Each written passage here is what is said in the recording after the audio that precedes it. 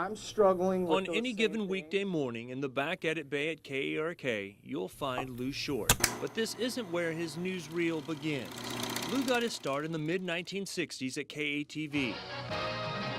Then in 1970, KARK hired him as a film processor. A couple years later, he was promoted to vacation relief photographer, a chance to get out of the dark and capture moving pictures in living color. Lou was an outstanding photographer. And management took notice. His temporary work behind the camera quickly led to a permanent position. Then in 1975, Lou received the role of a lifetime, chief photographer. You never doubted who was the boss. Lou was large and in charge. I think the other news photographers who worked under him respected him, and he deserved that respect. Very talented man. We did a great job of hiring our photographers and scheduling the work and getting the great shots and telling the stories of Arkansas. Lou hired me in 1979. I was 22 years old, right out of school. He was my first real boss. Chuck Malden still remembers his first week on the job covering the Capitol. I was right down in front of all these senators and reps covering the story, and I had Lou's gear, and I was trying to change the battery. And I was fishing around in his gear bag looking for a battery, unzipped the side pocket, and 3 pair of bright white Hanes underwear fall out in front of God and everybody. Lou lesson number 1, always be packed and prepared for anything. But there were also Lou's life lessons. To me, Lou was very much like my dad, high on common sense, high on expectations. Anything short of your best effort was met with a kind of a gruffness. And grace. You knew when you screwed up. At the same time, like my dad, there was a lot of mercy.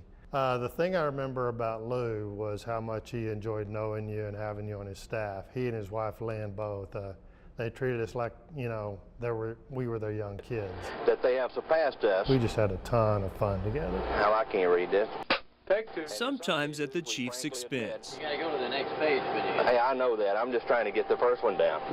Oh, forget it. He doesn't like to be in front of the camera at all. But behind it, Lou Short was KARK's main anchor. He knew a lot of people. He had a lot of contacts. And most of them wore badges. I believe he was a frustrated policeman.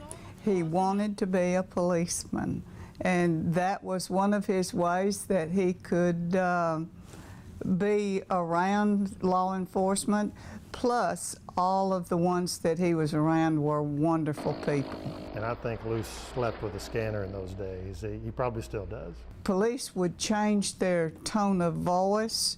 He would wake up and see what it was and immediately jump up and put his clothes on and leave. I remember Lou being one of the most fearless people I'd ever met. He and Gene Stewart, God rest his soul, would go on any dangerous assignment. It didn't matter what it was. Shots fired, chemical spills, inmates on the loose. Lou and Gene went in with cameras blazing. And then there was the time when Arkansas was on the brink of a nuclear disaster at the Titan II missile complex in Damascus, where Lou stood on the front lines. When the door came off, it went the opposite way of where Lewis and all of the photographers were. And if it had gone towards them, it would probably have hit all of them. He escaped the missiles in 1980, but not the 250-pound high school football player in 2001. At a high school football game at War Memorial Stadium, he was looking through the lens of the camera and he didn't see the running back coming straight at him. But in true Lou fashion, he got the shot of the guy who hit him.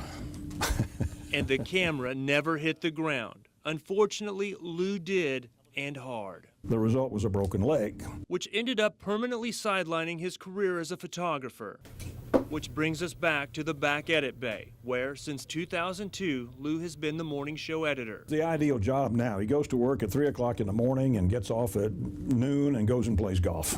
But before his tea time, it's news time. Stories need to be edited, so here sits Lou Short, a giant in Arkansas TV news. Lou's office. I don't really think that the photography or the photojournalism or the technology would be anywhere near where it is today without Lou's part in it. And he's like the Energizer Bunny. He just keeps going and going and going.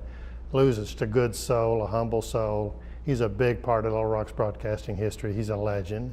We will always remember Lou. He's just unforgettable. I don't know of anybody else that loves his job more than he did.